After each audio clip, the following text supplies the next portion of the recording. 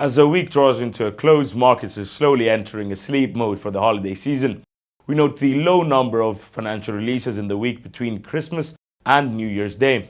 We also note the possibility of thin trading conditions being present in the markets and could also extend beyond the first days of 2025. Yet the first week of January is expected to be quite interesting, with a number of high-impact financial releases from various countries.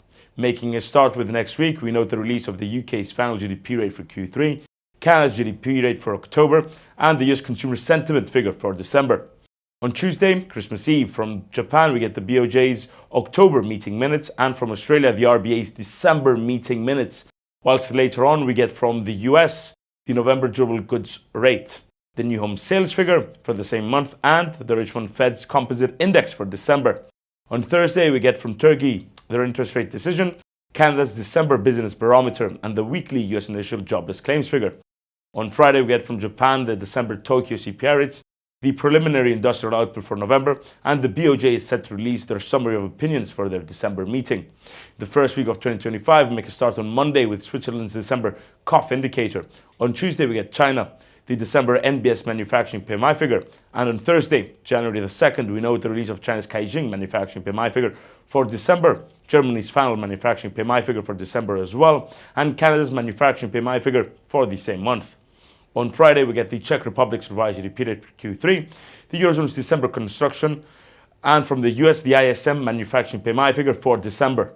On a fundamental level, President-elect Trump has announced that he would not be supporting the proposed stopgap bill, which would prevent a government shutdown by the end of the year. Instead, Trump has urged Congress to pass legislation that would tie up loose ends before taking office next month by raising essentially the debt ceiling. On a monetary policy level, we highlight the release of the Fed's interest rate decision on Wednesday. The bank cut by 25 basis points, as it was widely expected, yet the release tended to propel the dollar higher against its counterparts. In particular, policymakers are expecting inflation to remain elevated in 2025, with the bank's summary of economic projections, with the median participant projecting that the appropriate level of the FFF will be at 3.9% at the end of next year. Overall, the Fed appears to be concerned about persistent inflation pressures in the future, and thus appears to be opting for a more gradual rate-cutting approach than what was previously expected.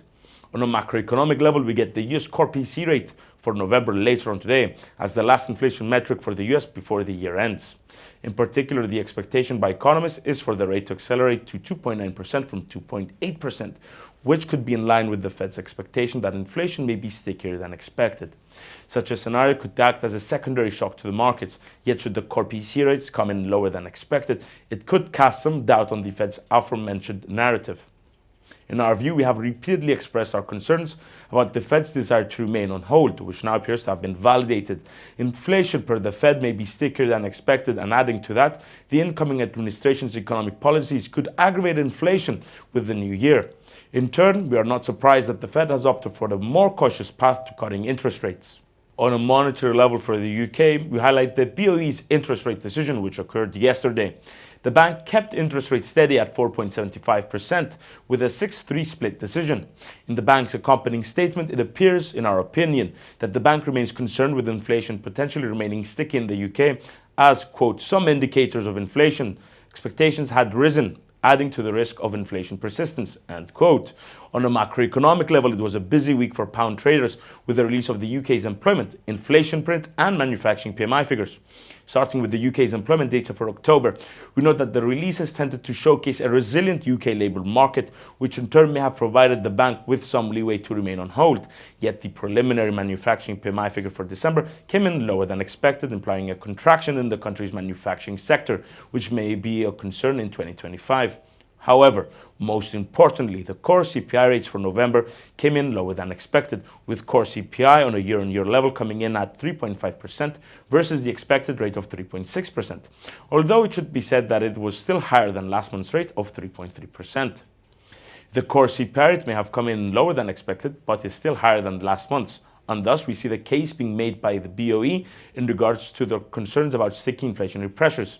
In our view, we would not be surprised to see the bank opting to see inflation moving in a predominantly downwards trajectory, and thus, should the sentiment emerging from policymakers be perceived as relatively hawkish, we would not be surprised. Moving on to Japan, the Bank of Japan has decided to keep interest rates steady at 0.25% in their final meeting for the year. In particular, it appears that the bank is concerned about the potential risks to the Japanese economy stemming from President-elect Trump's economic policies. Specifically, BOJ Governor Ueda, during his press conference yesterday, stated that the, quote, decision to keep rates was mainly based on the assessment of wage trends, uncertainties of overseas economies, and the next U.S. administration's policies, end quote. Essentially, it appears that the bank's concerns about Trump's economic policies, in addition to their desire to gain, quote, a little bit more info on wage trends, end quote, tended to influence the bank's decision to remain on hold. Nonetheless, we would be interested in the release of the BOJ summary of opinions for their December meeting next week on the 27th of December and their last meeting minutes on the 24th of December, which may shed some light on the bank's internal deliberations, as we should note that the decision was not unanimous, with one member opting for a 50 basis point rate hike. On a macro level, we note the release of the Tokyo CPI rate also on the 27th of December. Should the CPI rates come in higher than the prior rate of 2.6% and thus imply an acceleration of inflationary pressures in the Japanese economy, it may increase pressure on the BOJ to continue on their monetary normalization path. On the flip side, should the CPI rate come in lower than the prior rate, it may provide with the bank some leeway should they wish to delay hiking interest rates in the future. In our opinion, we are now seeing central banks taking into account the incoming US administration's economic policies, which in itself is fascinating to observe. Yet we maintain our opinion that the bank will continue normalizing its monetary policy in 2025, and thus the economic policies from the US could delay but not scrap potential rate hikes by the BOJ in the new year. For the Eurozone on a monetary level, we highlight ECB President Lagarde's comments earlier on this week, in which she stated that, quote, the darkest days of winter look to be behind us, end quote, essentially implying that the bank is close to declaring victory against inflation. The comments made by the ECB president could be perceived as predominantly dovish in nature, as her comments may imply that the bank may continue cutting interest rates with the new year. In particular, she stated that the direction of travel is clear, and we expect to lower interest rates further. Hence, on a macroeconomic level, Germany's and France's manufacturing PMI figures continue to delve deeper into contraction territory by coming in lower than expected and lower than the prior figures as well. On another note, the HICP rate on a year-on-year level for November came in lower than expected, implying easing inflation pressures in the zone, and thus may provide the ECB with greater confidence to continue cutting interest rates. Overall, we maintain our view that Germany's and France's economies are in trouble. Moreover, we continue to maintain our belief that the ECB may have no other option but to cut interest rates with the new year, which is supported by the comments made by ECB President Lagarde and the HICP rates, which were released earlier on this week. For Australia, on a monetary level, we note that the RBA's last meeting minutes are due out on Tuesday, the 24th of December. Aussie traders may be looking for further confirmation that inflation is moving sustainably towards target. Moreover, market participants may be looking for signs in the bank's minutes that the bank may be preparing to cut interest rates. In turn, this could weigh on the Aussie, whereas should the bank minutes fail to showcase a willingness for potential rate cuts in the future, it could aid the AUD. On a macroeconomic level, it's been a relatively easygoing week for Aussie traders, and that appears to be the case for next week as well. However, given Australia's close economic ties with China, traders may be interested in the release of China's NBS manufacturing PMI figure for December on the 31st of December and the Caixin manufacturing PMI figure for December on the 2nd of January 2025. As such, should China's manufacturing PMI figures exceed the prior figures, it may imply a strengthening of the manufacturing sector of the Chinese economy. In turn, a strengthening of the Chinese manufacturing sector may lead to increased demand for raw materials stemming from Australia and thus could aid the AUD. In our view, the focus of Aussie traders is expected to be on China with the start of the new year as a main factor of concern given the close Sino-Australian ties. Overall, we remain concerned about China's economy heading into 2025, and thus we will not be surprised to see a struggling manufacturing sector in China, which in turn could weigh on the Australian dollar. For Canada, on a macroeconomic level, Canada's headline CPIs for November came in lower than expected at 1.9% versus 2% on a year-on-year level and 0% versus 0.1% on a month-on-month level. The lower than expected headline CPI rates tended to move in tandem with the core CPI rates for November, essentially showcasing easing inflation pressures in the Canadian economy. In turn, this may provide the BOC with greater confidence should they wish to continue on the rate-cutting cycle, which may weigh on the Canadian dollar. Of some interest may be Canada's final GDP rate on a month-on-month level for October, which is due out on Monday, the 23rd of December. Furthermore, we would like to note that Canada's retail sales rate for October have yet to be released and thus could influence the Canadian dollar. In particular, the core retail sales rate on a month-to-month level for October is expected to come in at 0.2%, which would be lower than the prior month's rate of 0.9%. Such a scenario could imply that the Canadian consumer may be spending less and thus may further amplify calls for the BOC to continue cutting rates, which may weigh on the CAD and vice versa. Overall, we expect market activity in the coming week to be relatively muted as we enter the Christmas holiday season, with minimal financial releases expected. However, the risks for elevated volatility remain as a few market participants could impact the market given the lack of activity during the Christmas period. Moreover, we expect volatility to pick up with the new year with some number of high-impact financial releases in the first and second week of January. And we would highlight particularly the US employment report for December. In regards to US stock markets, we saw the bears take control on Thursday. Yet on a general level, the US stock markets moved significantly higher during the year, and with Trump set to take office in January 2025, they may experience newfound support. Lastly, on a geopolitical level, the situation in general in the Middle East appears to be stabilizing as we shift our focus towards Asia. From all of us here at the IronFX research team, we wish you happy holidays.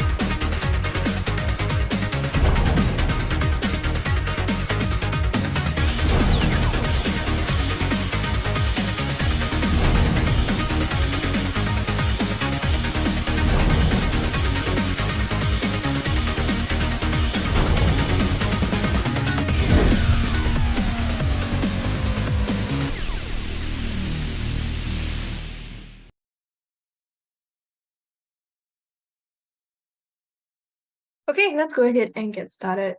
So as usual, a risk warning and disclaimer. Our products are traded on margin and carry a high level of risk. It is possible to lose all your capital. These products may not be suitable for everyone, and you should ensure that you understand the risk involved.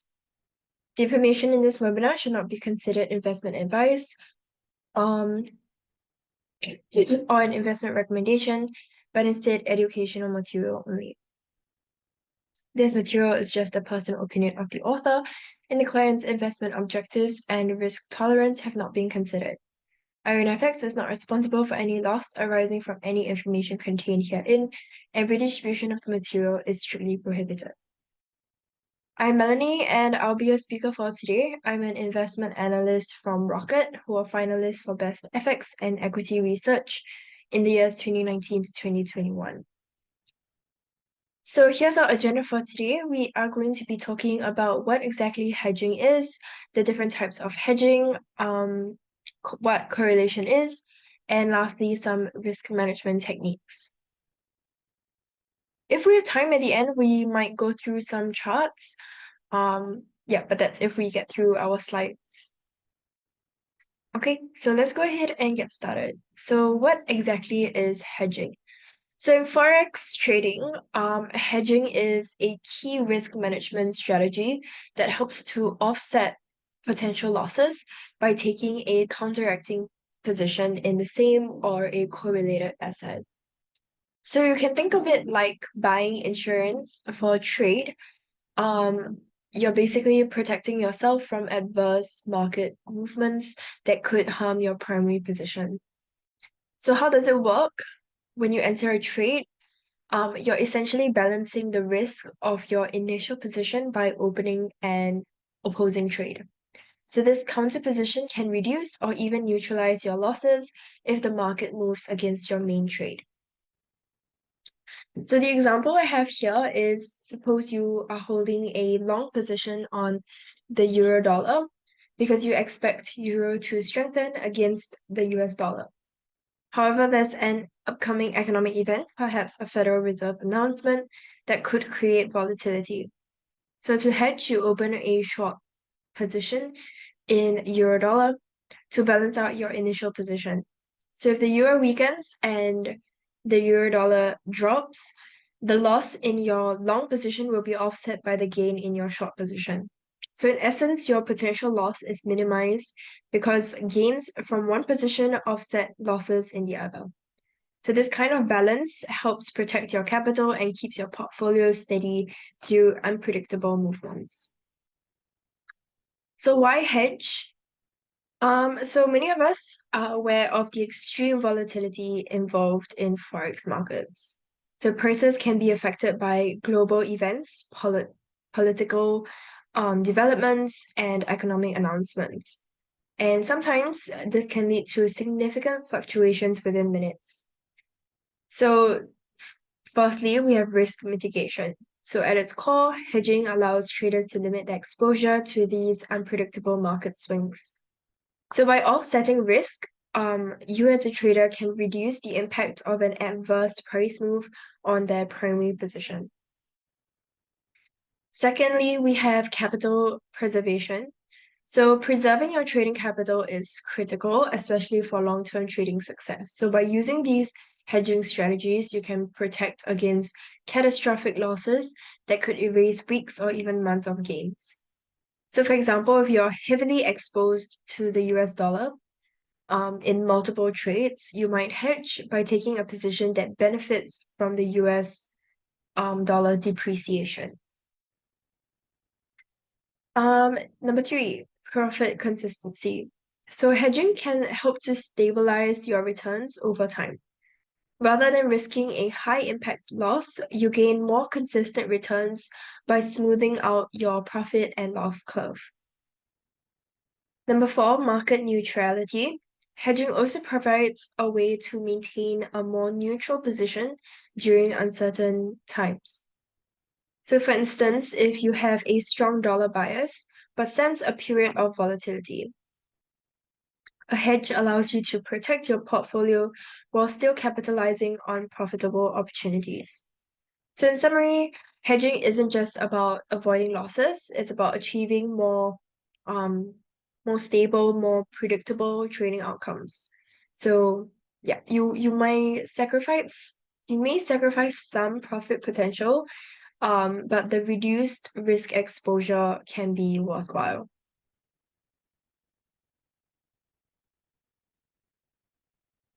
Okay, so let's talk about the different types of forex hedging strategies. Firstly is direct hedging. So this is the simplest and most commonly used method. Excuse me. And what exactly it is basically opening and offsetting position in that same currency pair. So the example I have here is if you're long on euro dollar, you would open a short in euro dollar as a hedge. Cross hedging, this approach uses correlated currencies to create a hedge. So if you're long on pound dollar, you might go short on euro dollar or dollar yen because they're historically correlated. Options-based hedging. Forex options provide a more flexible way to hedge. Options give you the right to buy or sell at a predetermined price without the obligation to do so. So this flexibility helps you to manage risk while keeping costs low. And lastly, forward and futures hedging. This involves locking in a currency price for a specific date in the future, either through a forward or futures contract, and it's commonly used by corporations to hedge against currency risk in international trade, but can also benefit individual traders. So each of these methods basically offer unique benefits and cons as well, depending on your trading style, your risk tolerance, and market outlook. So in the next slides, we'll go through each of these strategies in more detail. And we're going to start off with direct hedging because it's the most straightforward method. So it involves holding both a long and short position in the same currency pair. So for example, if you're long on dollar yen, you would open short on dollar yen position, and this directly offsets the movement of your original position, reducing your overall risk. Pros is that this approach is simple and effective, especially in highly volatile market conditions. So you don't have to worry about correlations with other pairs as you're hedging within the same currency pair. Cons is that direct hedging can limit your profit potential, since gains on one side offset losses on the other. Additionally, because you're holding two positions, transaction costs like spreads and swaps can add up pretty quickly, making it important to monitor your trades closely. So let's say you're long on dollar yen, expecting the dollar to appreciate against the yen. However, due to upcoming geopolitical events, you're unsure if this appreciation will occur. So to protect yourself, you open a short position in the same currency pair, dollar yen. And if the dollar weakens, the short position compensates for the loss on your long position. So direct hedging is basically, it's quite often used by beginners since it's quite simple, but you want to always remember to account for the additional costs involved when you are holding two opposing positions. Okay, next, let's look at cross-hedging. So cross-hedging takes a different approach by using correlated currency pairs to hedge a position. So in cross-hedging, you identify a currency pair that moves in a similar way to your original position, but isn't the same. So for example, if you're long on pound dollar, you might short the euro dollar because the two pairs are often correlated with the US dollar.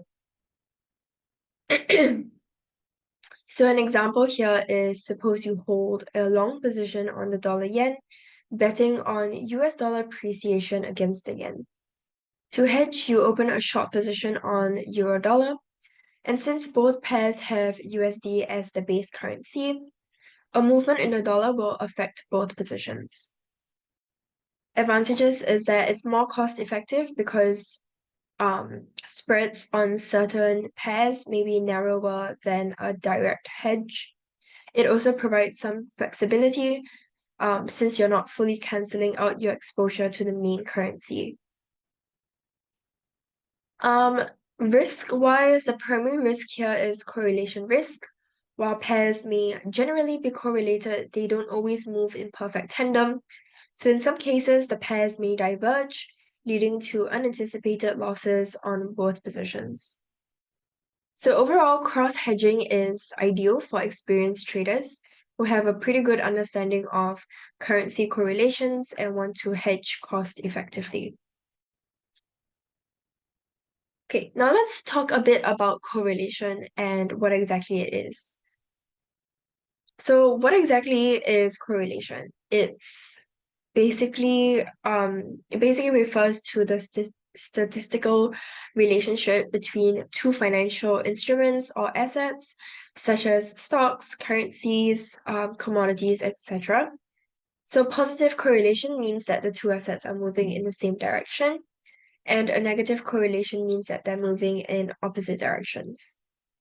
So for example, if the price of gold and the value of the US dollar have a negative correlation, which they do, then when the price of gold goes up, the value of the US dollar typically will go down and vice versa. So a perfect positive correlation is +1, while a negative perfect correlation is -1. So we typically look for strong correlations with values of 0.8 and above, 0.8 and above, or below -0.8.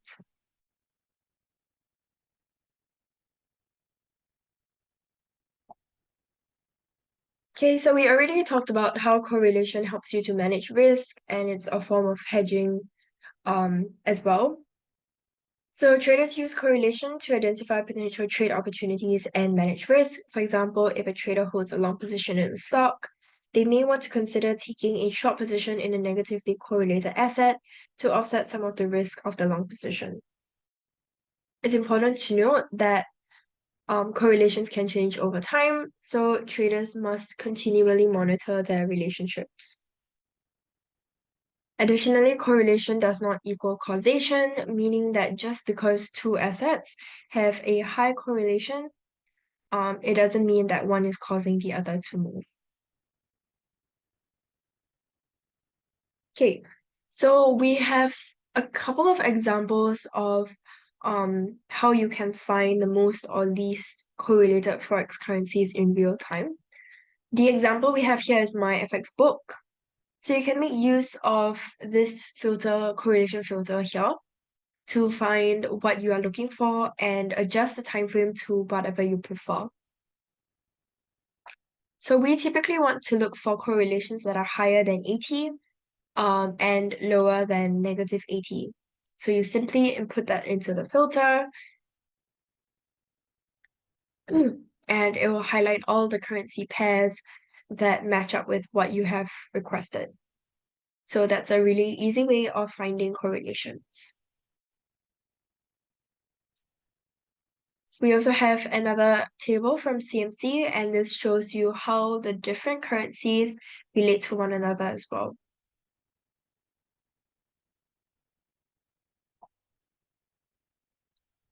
Okay, any questions so far?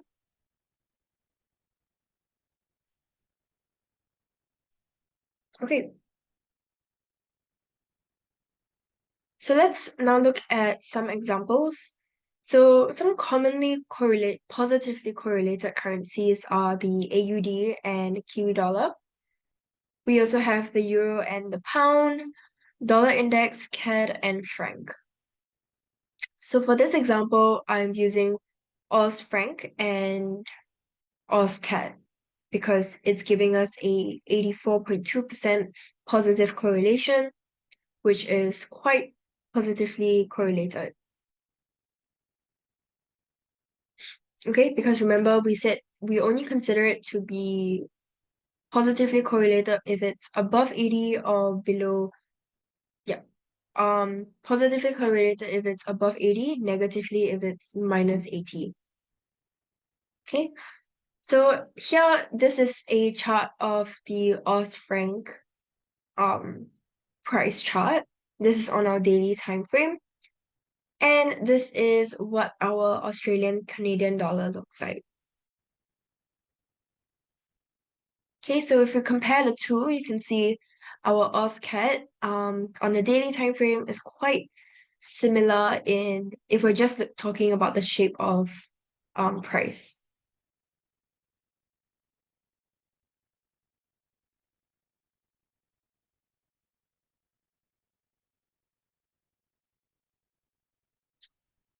Okay, we have a question.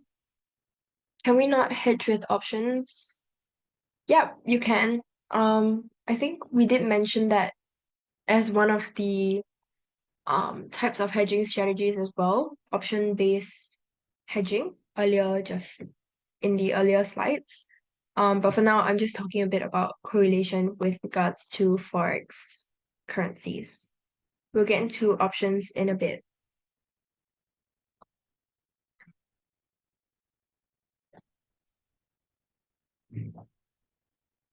Yeah, so back to what I was saying.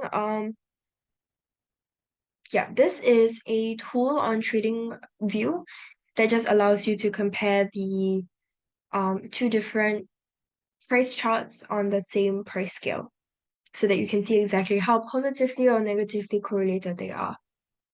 Another example we have is the pound dollar and pound yen, and you can see that the shape of the price charts are very similar.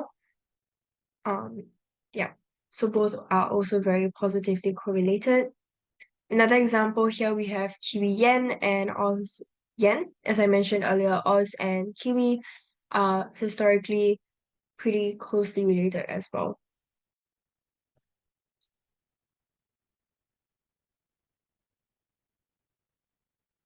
Yeah.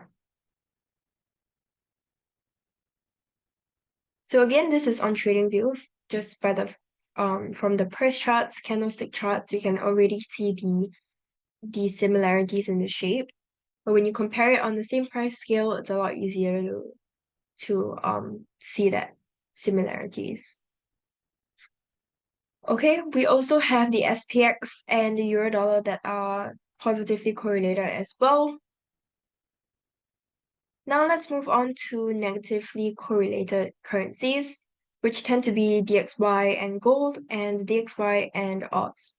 So with DXY and gold, DXY and euro as well. Okay, for DXY and gold, they are negatively correlated quite often or normally, simply because they're both safe haven assets. So if the dollar index drops, we'll typically expect the price of gold to go up. And that's heavily dependent on your fundamental analysis as well. So that's why it's important for us to keep up to date with any economic releases or data releases, especially any FOMC meetings, unemployment data with regards to the US economy that tends to have a direct and quite high impact on our DXY and as a result, gold as well. Okay, but as I mentioned, they are not always negatively correlated, so you do have to check on your prices or check on your charts regularly. Because things like geopolitical events, things like that can also affect the correlation as well.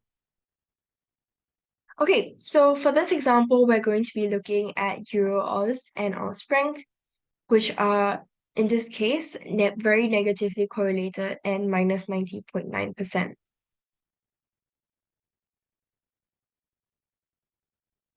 Okay, so looking at a couple of examples, Oz franc.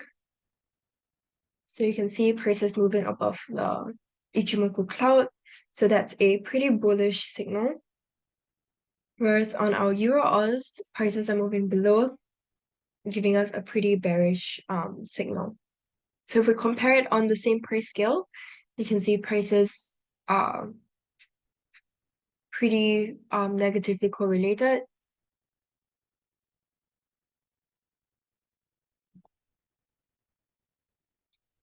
Okay, and another example here, we have Oz dollar and dollar CAD, very negatively correlated as well. SPX and gold, and DXY and gold as well. Okay, I think you guys kind of get it by now. But in this example, we're kind of using correlation to identify breakouts. So the breakouts we're talking about here are breakouts out of this resistance level or support level in the case of the XY here. So here we have a resistance level with two swing highs. And we can see prices breaking out of the that resistance level for gold. As for dollar or DXY, we have that same resistance or support level, okay, with the two swing lows. So we're expecting price to break out of it again, just further down the line. So you can see here at 10:02, prices broke out of that resistance level. Now on our DXY, prices broke below it after that timing, 1 o'clock. Okay. Okay. Now let's talk about options-based hedging. So options-based hedging is a more sophisticated approach that offers flexibility, allowing you to manage risk without committing to a specific position. So a forex option provides the right, but not the obligation to buy or sell a currency pair at a specific price by a particular date. So you can choose to let the option expire if it's not advantageous. Benefits, there's flexibility. You can let the option expire if the market moves favorably, making this a versatile strategy. Cost effectiveness as well. Options generally have lower upfront costs compared to maintaining two active positions in direct hedging. So an example of this, imagine you are going long on the euro dollar and you're expecting a rise. So, however, you are concerned about a potential drop. So you buy a put option on euro dollar. So if the euro dollar indeed falls, the options gain value, offsetting losses on your primary position. So options can be overall quite powerful tools for traders, but selecting the right strike price and expiration requires understanding premiums and the options time decay. So they're well suited for traders who are looking for hedging flexibility without needing constant monitoring.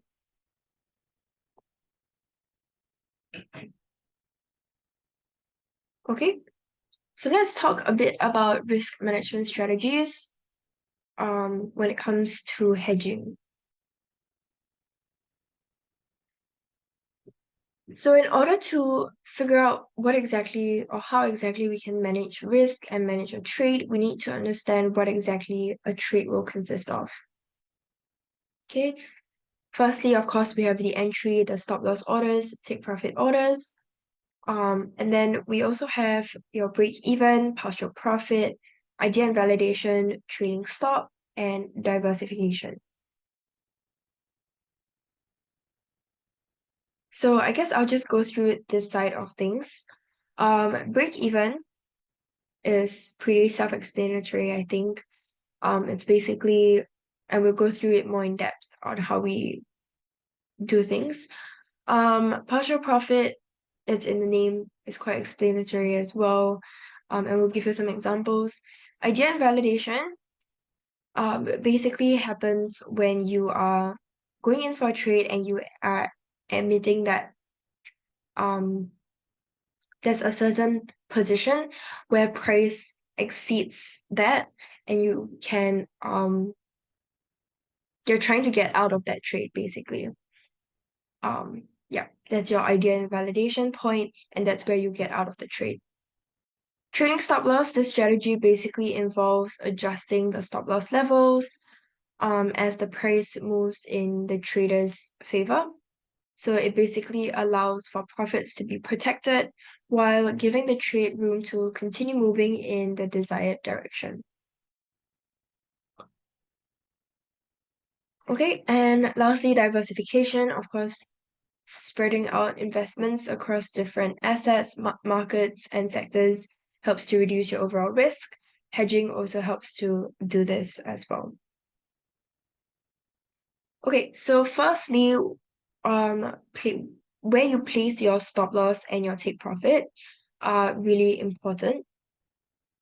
So here we're talking about trade management with confluence, and confluence here we're talking about is Fibonacci confluence.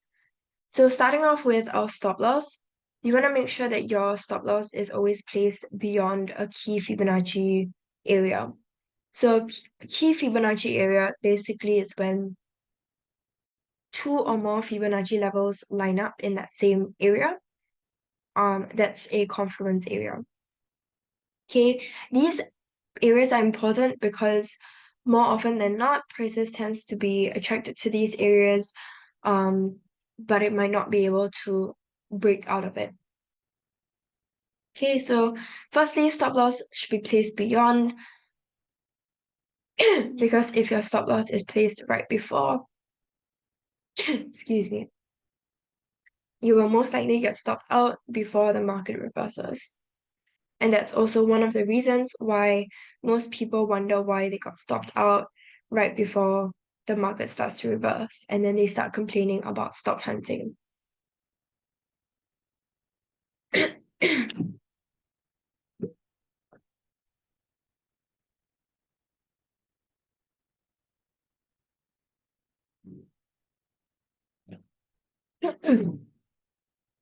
Okay, as for take profit, excuse me. So as for take profit, we should always place it before a key Fibonacci confluence area. Reason for this is because when price reaches your Fibonacci confluence area, there's a high chance that it won't be able to go beyond it, and instead of reaching your profit target, it reverses back to your entry, or even worse, your stop loss. So that's also one of the reasons why people complain that the market is being manipulated, because they miss their take profit by 1 pip. So if you look at the image I've included here, this is for the example of a buy entry. So in the case of a buy entry, your take profit would obviously be above your entry level. And in this case, we will be placing it below or before your confluence area. Stop loss will be placed below or beyond your confluence area. Okay, so here we're saying to always put it beyond so that there's some buffer in case the market doesn't go up right away when you buy. Okay, this case, this example, we are using a major resistance area. Your stop loss will be placed beyond it and your take profit placed before. So this is an example when we're going in for a sell entry, which explains why our take profit is below.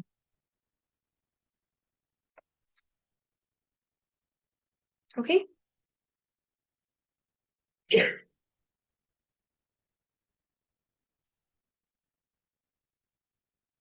Okay, some other examples.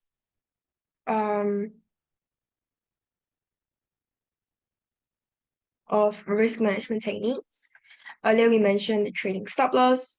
So what exactly it is it's a type of dynamic stop loss order that is set at a certain percentage or dollar amount away from the market price. So the idea behind a trading stop loss is to lock in profits while giving the trade room to breathe, as the stop loss follows the market price as it moves in favor of the trade. So the example here is, let's say you buy a stock at $100 and you set a trading stop loss at $10.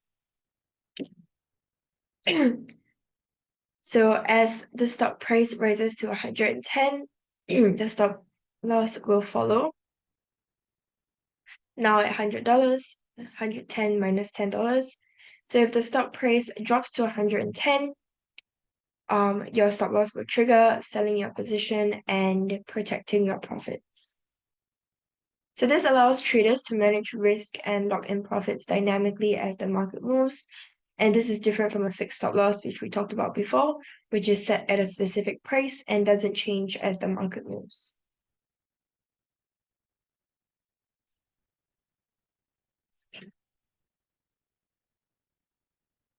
Okay, so it's important to note that the trading stop loss is not a guarantee that you will exit a trade at the desired price.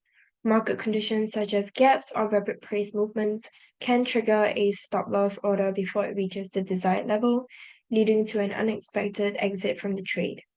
Therefore, it's important to use trading stop loss in combination with a solid risk management strategy.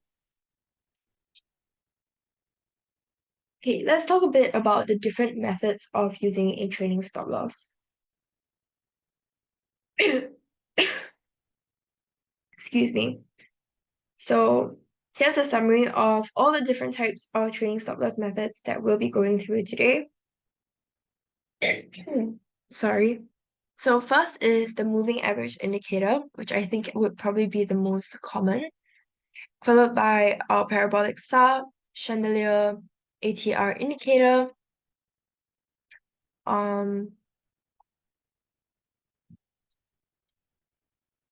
support and resistance levels, and just a combination of all of these methods. Okay.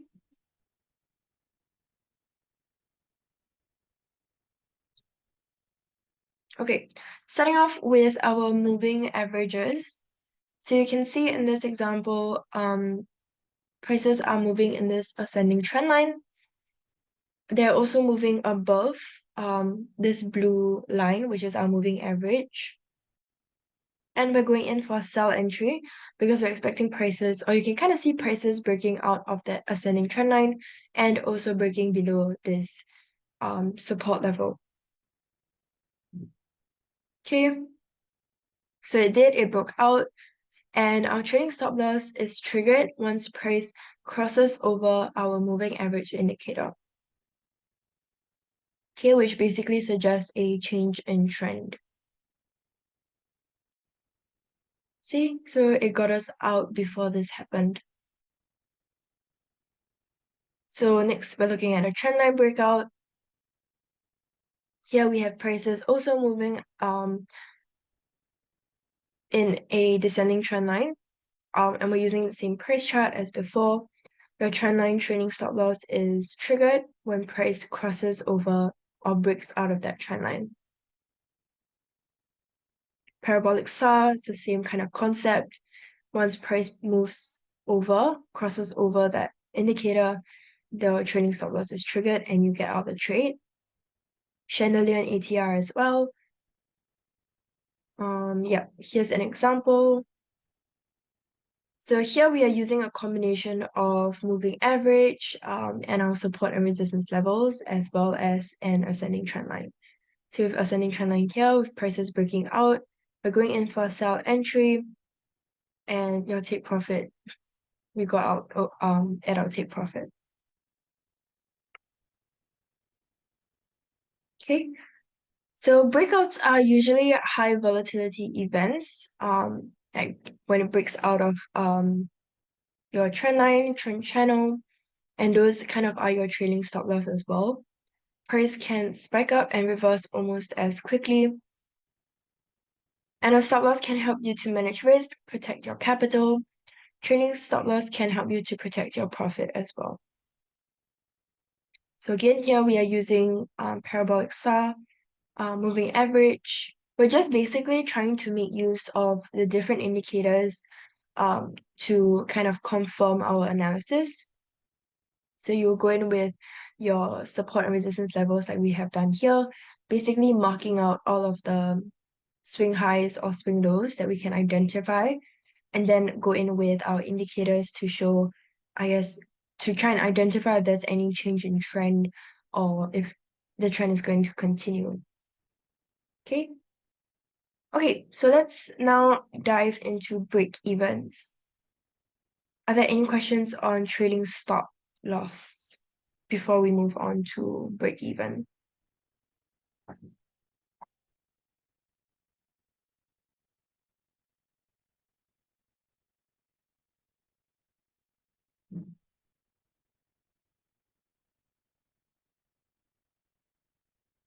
No, all good.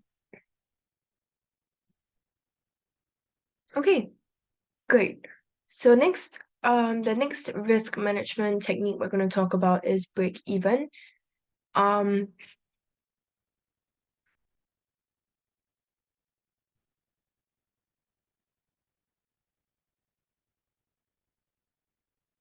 so for break even,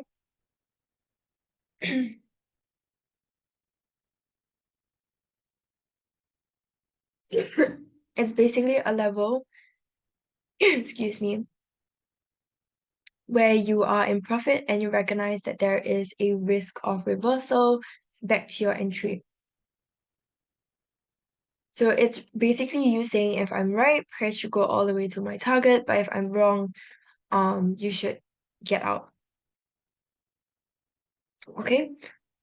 Okay, we have a question. Can we use Heiken-Ashi candles to define SL? Yeah, you can.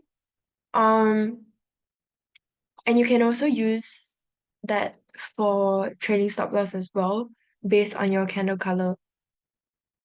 So one simple approach to adjust your stop loss when the color changes is basically when it signals a potential trend reversal. So if in a long trade you set your stop loss just below the most recent HA low, um, then in a short trade, you will place the stop loss above the most recent HA high. So when the color of your candle shifts from green to red in an uptrend, it can be a signal to tighten your stop loss or consider exiting the trade. So that's how you can use the HA highs and lows as well. You can also combine HA with moving averages as well. So yeah, so it's just extra confirmation as well.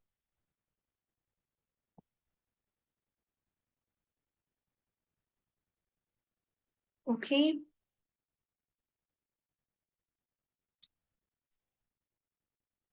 Yeah, but thanks for the question.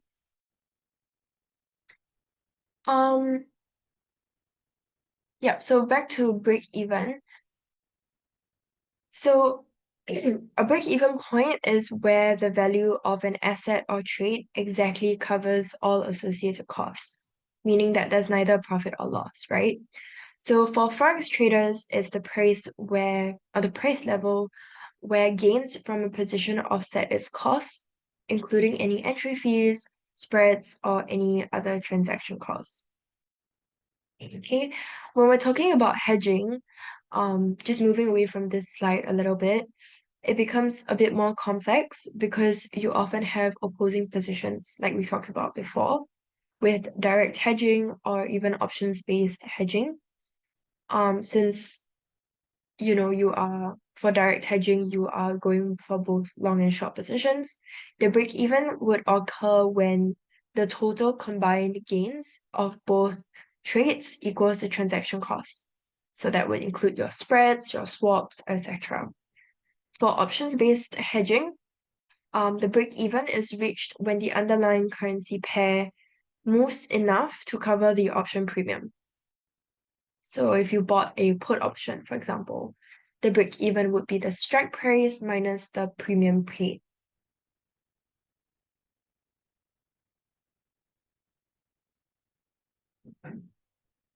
Okay?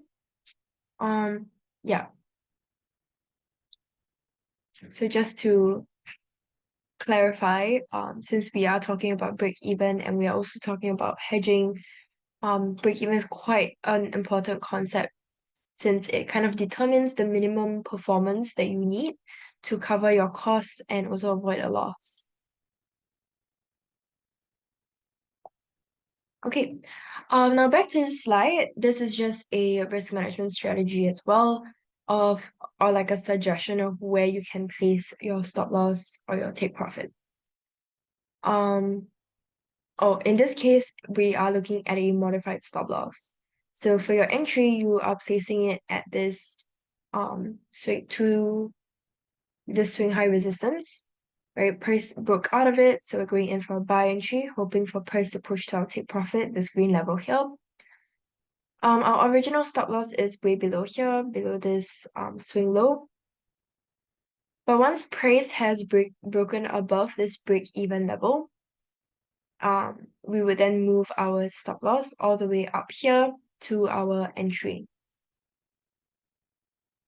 Okay, so that it protects our position. So if price continues to rise, that's great, but if it reverses, we want to make sure that we're protected over here. Okay, so it's a good thing that we did because price then reversed and we got out of this losing trade at break even.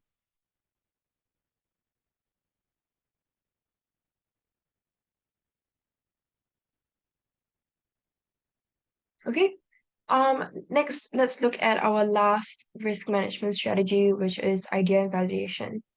So I mentioned earlier, it's basically placed before your stop loss. It's a level where you admit that you're wrong and you want to get out ASAP. So when this level is reached, your take profit is moved to your entry instead, giving you a small chance to get out at break even. So earlier we were moving our stop loss. Oops. Oops. Why is it not going back? Yeah, so earlier for break even, we're moving our stop loss to our entry. Here we are moving our take profit to our entry instead. Okay, so your sell entry, we're hoping for price to drop all the way down to our take profit over here. And you can take note of where we place our take profit as well. We place it before this support level, since there are 3 swing lows in the support. As for our stop loss, we're placing it beyond this huge resistance area here with the swing high. Okay, so price reversed and it triggered our idea and validation level. So then we'll move our take profit up to the entry level instead. Okay, so this got us out of a losing trade before price rose further and would have us stopped out.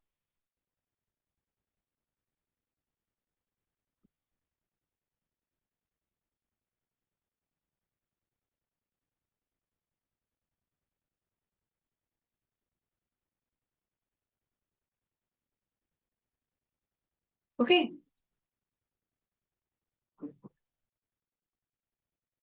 Are there any questions?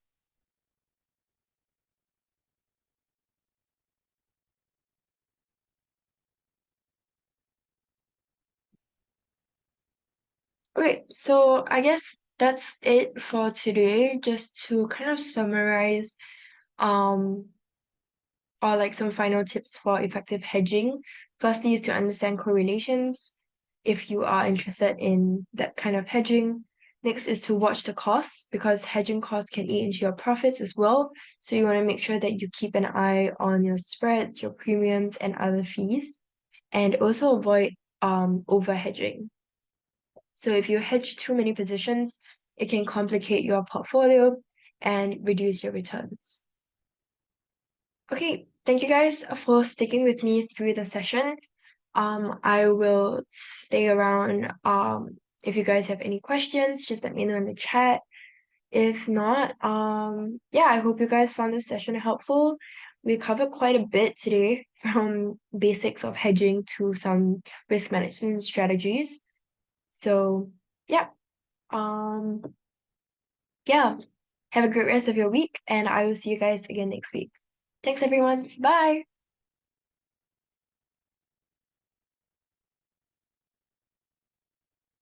And if you guys liked me, feel free to connect with me on LinkedIn. It's just my name, Melanie Chong. Yeah. Otherwise, I'll see you guys again next week. Thanks, everybody. Bye.